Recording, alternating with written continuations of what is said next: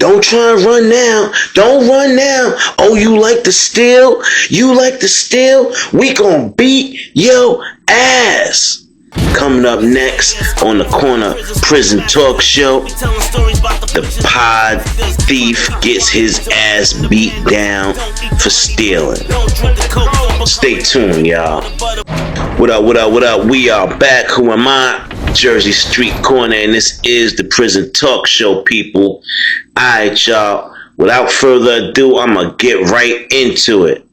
This story time is gonna be about a pod thief who gets stomped to death over a little bit of marijuana. Yeah, y'all heard me right, y'all. He gonna get stomped out over weed. Alright, y'all, so this story is about a guy named Two-Face. Now, they call him that because he can act like your boy one day and be right up in your locker the next day while you out at the yard or mess hall. Two-Face was known, he was a known resident thief. He was, regularly getting his ass beat for stealing. Any pod they sent him to, any normal person might just stop stealing. But Two-Face was on drugs. And he was bad. He had a crazy habit. And if he don't get it, he gonna get sick.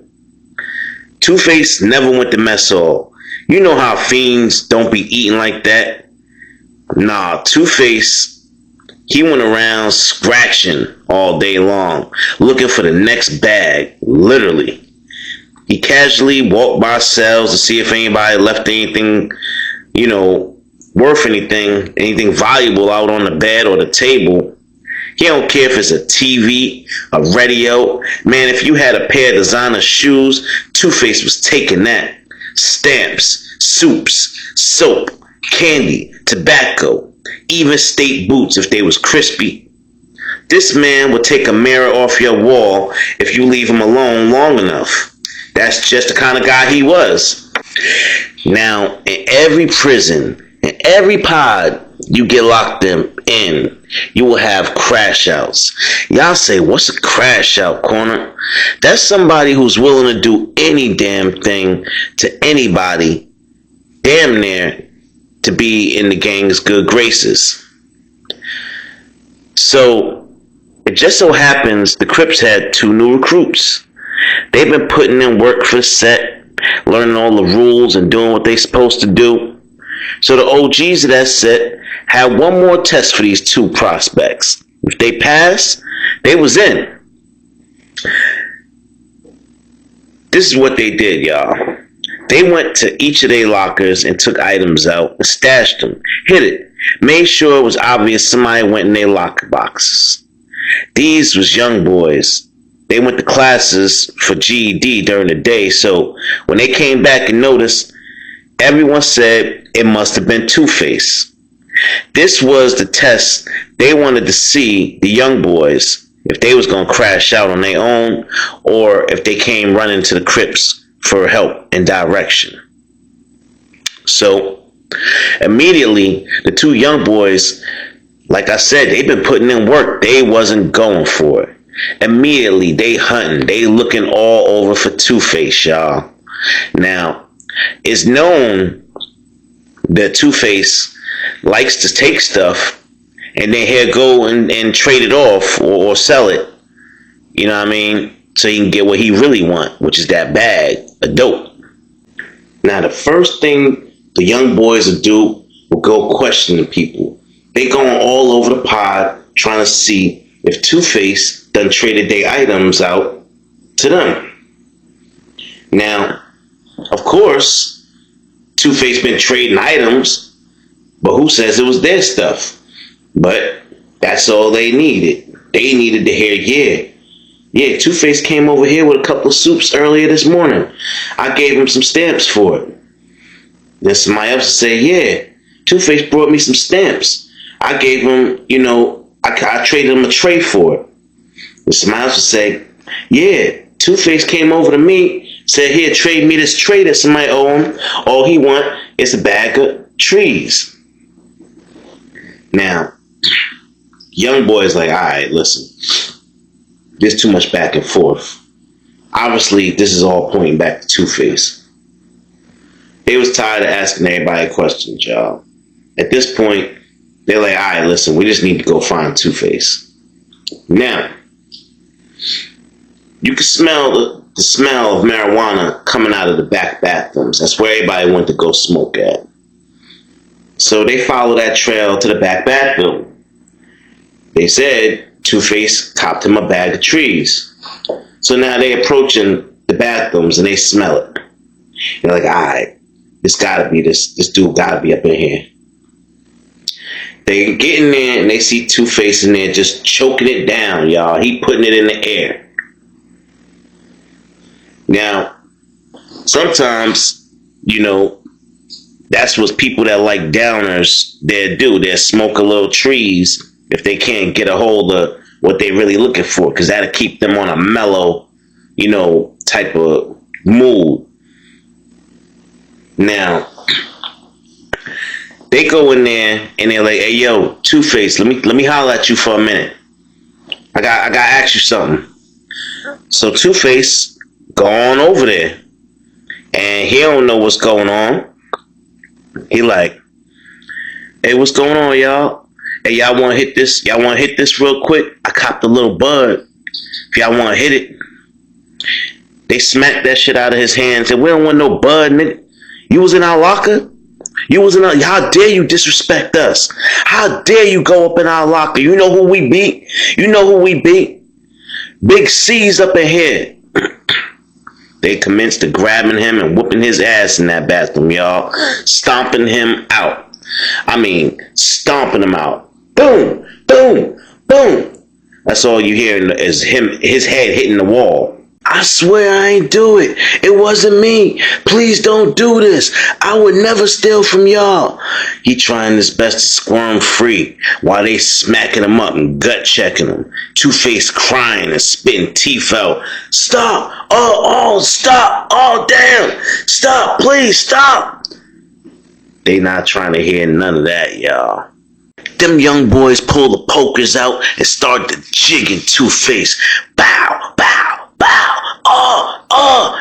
Stop it. I ain't do it. I ain't do it, man.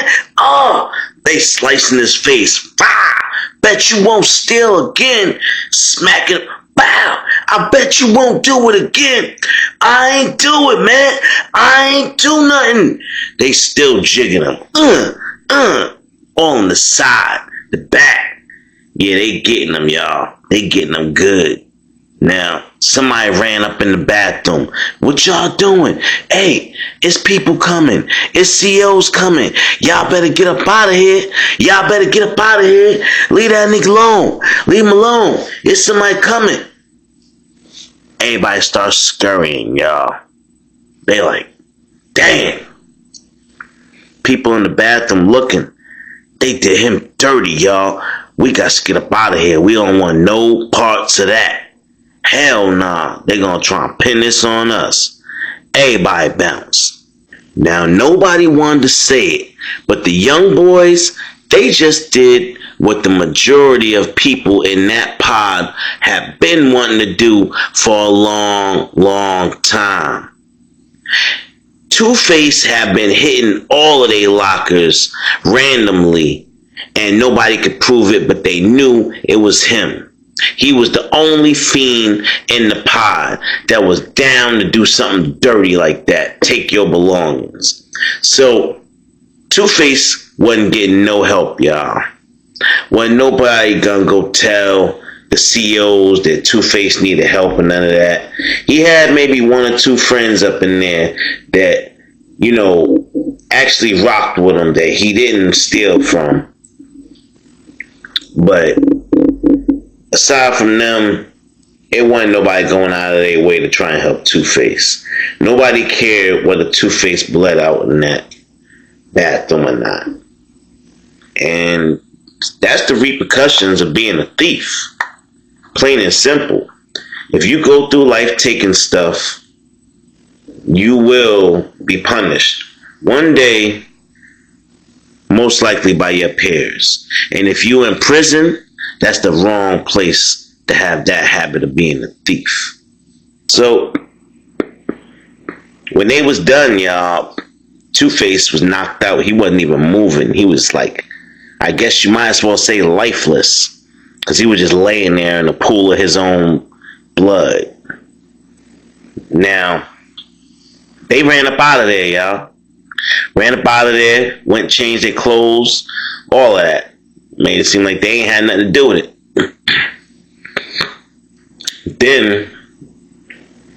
Then y'all, they called the code. Somebody snitched. Somebody said something was going on back in that bathroom stall in that shower, and they alerted the guards. Guards came in, took Two-Face up out of there on the stretcher, y'all. Two-Face still wasn't moving. Crips, they told the young boys, like, y'all did good. Y'all did good, but, we gotta tell you something. This was the last test. Y'all made it. Y'all in. But only thing is, dude didn't do that. It was a test. We got all y'all items over here. We just wanted to see what y'all was gonna do if y'all, found out somebody went in y'all lockers. But we ain't think y'all was gonna do them dirty like that. Now the young boys, they sit in their cells. They thinking like, damn, we might get caught. We might get caught. And it wasn't even him. They just stomped this man out, y'all. Stomped him within an inch of his life. He's struggling for his life right now. Had to get airlifted out of there. And he ain't even the one that did the stealing. It was all a test. They got cameras in these joints, y'all. The cameras saw the young boys go in the bathroom, saw them run out of the bathroom. For this assault, these young boys are probably facing street charges, and they better hope that Two-Face makes it. They better hope that he stays alive, because if they catch that charge, you talking about they're gonna add another 15 to 20 on top of whatever you was doing. Immediately, y'all, after their little investigation, they come on in there, lock the young boys up. They going right back to the hole, y'all. Nobody talking though. Nobody telling who did what. Nobody saw nothing. So as long as they can't put it together, they might be alright. Them young boys ended up sitting back in lockup for almost a year, until finally they had to let them out because they couldn't prove they did it. And they accomplished their goal. They were now Crips. And wasn't nobody gonna do nothing about it. Two-Face never came back to that prison. And they ended up putting him in some kind of rehab situation, because it was getting to the point where he was so bad off, with the stealing and getting sick, he couldn't be in regular population no more around people. They had to get him up out of there for real. Excuse me, y'all. So, I guess the moral of this story is, sometimes you might want to get clarification and get all your ducks in a row before you go beating up on people and accusing people of doing stuff that didn't even do it. Those young boys spent almost a year in lockup. That's dead time. That's time that don't count toward their charge, toward their sentence. So they just spent almost an extra year in jail for no reason, just to get in the gang. And well, I guess if it means that much to you, then hey, by all means, do you. Otherwise, just do your bid, man. Do your damn bid, and don't be a crash out. Listen, if you like stories like this, like, share, and subscribe to the channel. Y'all already know the vibes. It's your boy JS Corner. This is the Prison Talk Show. And with that, I'm going to get on up out of here. Peace out. It's JS Corner from the prison story massacres. I be telling stories about the pushers and the traffickers, trying to keep the YNs away from the bandits. Don't eat the honey bun, don't drink the coke, don't become another victim or the butt of a joke. Don't close both eyes when you sleep or get choked. When you go to the mess hall, sit with your team, cause if you sit with some punk boy, you can get seen, then you can get dealt with. Prison justice like you never felt it. I be taking y'all back to stories of the helpless. That lava I spit, get your boy stories melted. I spit about prison justice cause I dealt it. And you a real hater if you can't respect it. All that bullshit, yeah, I'm here to check that. Any confrontation, I'ma show up. Bet that. You a real hater, I'm here to address that. When it comes to storytelling, I'm the best at. You a real hater, I'm here to address that. When it comes to storytelling, I'm the best at.